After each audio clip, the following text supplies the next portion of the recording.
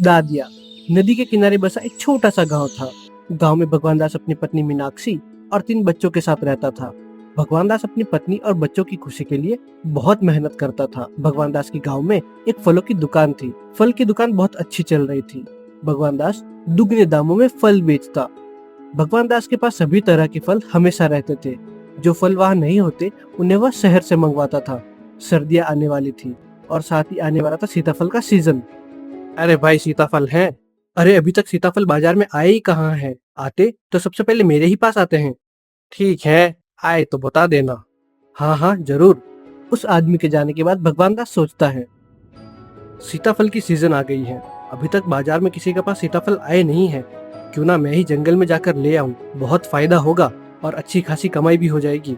पर उसके लिए कुछ दिन जंगल में रुकना पड़ेगा और सीताफल तोड़ने पड़ेंगे। जाकर मीनाक्षी को बोलूंगा आज। शाम को भगवान दास अपनी दुकान बंद करके अपने घर जाता है और अपनी पत्नी से बोलता है, मीनाक्षी, गांव के लोग सीताफल मांग रहे हैं, तो मैंने सोचा जंगल में जाकर सीताफल तोड़ लाऊं। पर एक दिन में आप कितने सीताफल तोड़ लेंगे? आपका आधे से ज्यादा दिन तो जंगल पहुंचने में निकल जाएगा। तभी तो मैं ये सोच रहा हूँ कि कुछ दिन जंगल में रुक जाऊं और बहुत सारे सीताफल जमा करके एक साथ ले आऊं और अच्छी खासी कमाई हो जाएगी। आपका बोलना सही है। ठीक है, मैं सुबह आपका सामान बांध दूंगी।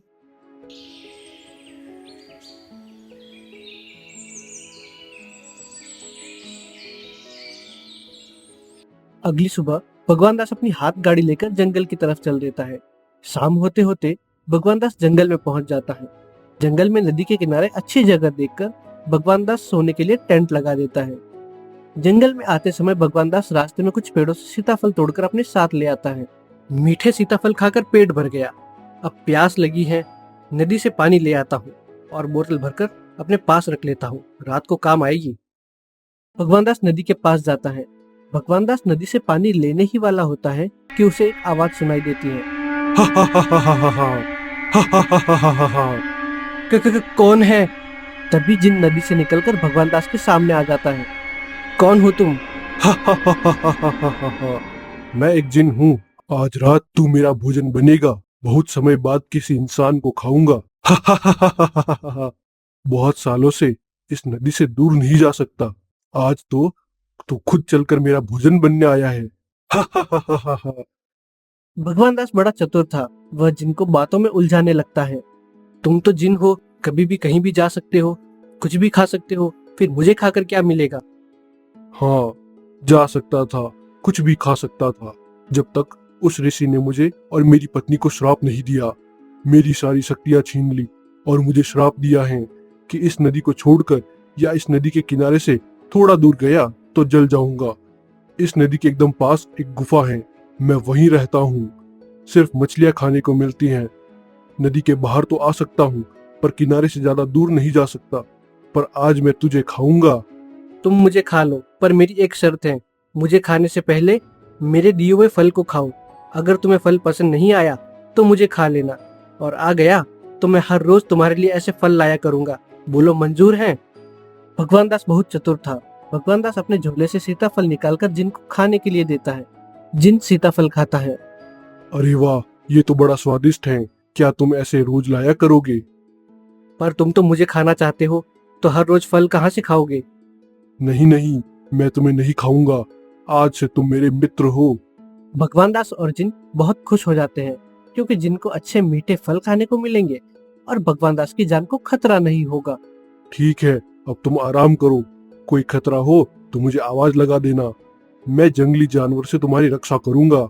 नदी से दूर नहीं जा सकता, पर नदी के पास तो तुम्हारी रक्षा कर ही सकता हूँ।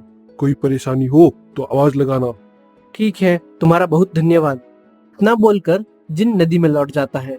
भगवान दास भी टेंट में जाकर चैन से सो जाता है। अगली सुबह भगवान दास जंगल में सीताफल तोड़ने निकल जाता है।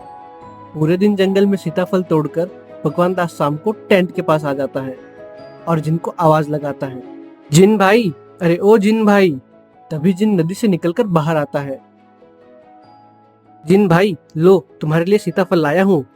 अरे वाह, धन्यवाद। आज मुझे थोड़े ज्यादा फल चाहिए। मैं ये फल ले जाकर अपनी पत्नी को खिलाऊंगा। अरे क्यों नहीं, ले जाओ, मैंने बहुत सारे तोड़े हैं। ले जाकर भाभी को भी खिलाना, उन्हें बहुत पसंद आएंगे।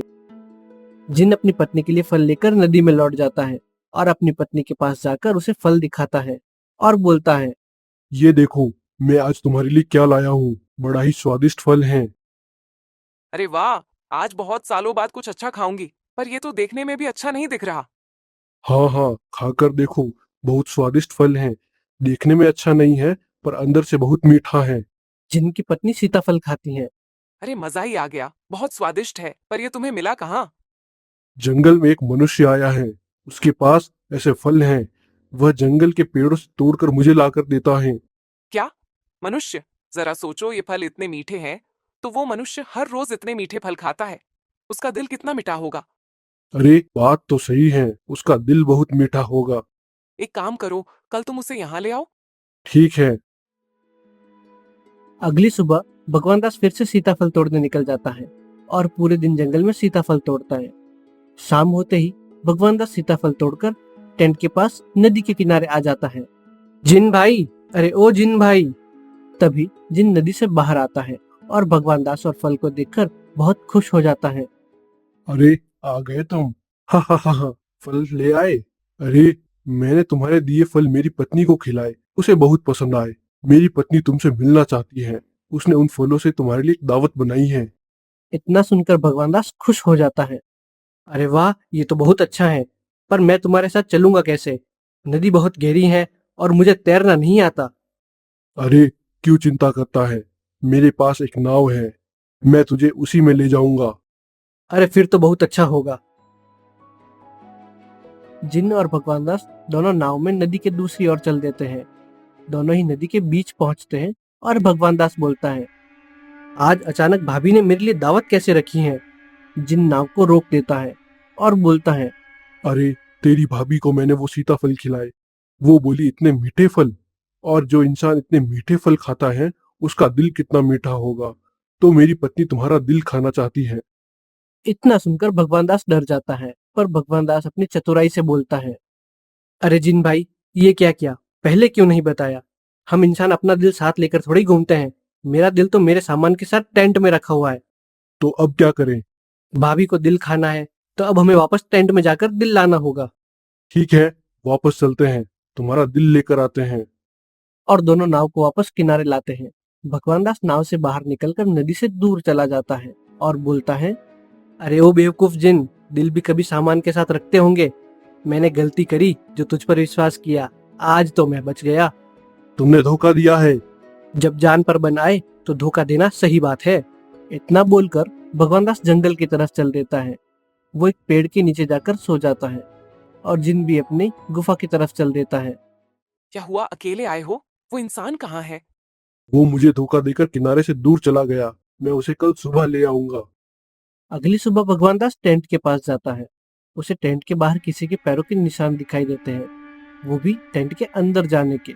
जिन टेंट के अंदर छिपा होता है भगवान दास को पकड़ने के लिए। ये निशान मेरे तो नहीं है।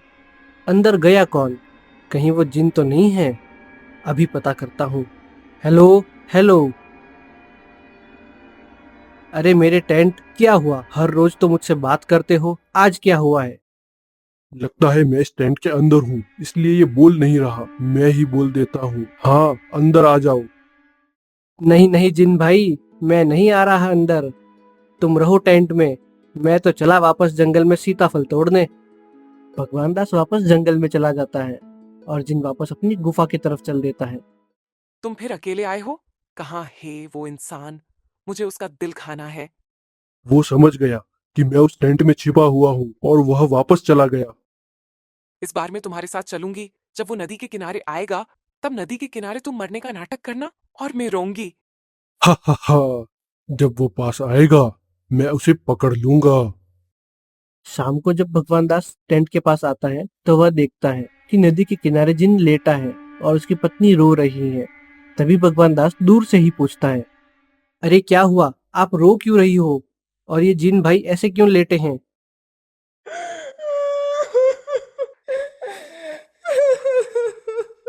क्या बताऊं, ये मर गए। अब मैं अकेले किसके सहारे जीऊंगी? क्या आप इनका अंतिम संस्कार करने में मदद करेंगे? मैं अकेले नहीं कर सकती। हाँ, मैं आपकी मदद करूंगा, पर ये मरा हुआ लग तो नहीं रहा। मरे हुए के तो पैर और हाथ दोनों ही हिलते हैं, पर ये तो नहीं हिल रहा। तभी जिन अपने हाथ पैर हिला देता है। बेवकूफ जिन, मरे हुए के हाथ पैर नहीं हिलते। ये टेंट तुम दोनों को मुबारक, मैं वहां नहीं आऊंगा। एक बार विश्वास किया, मेरा दिल ही खाने चले थे। अब मैं चला अपने घर।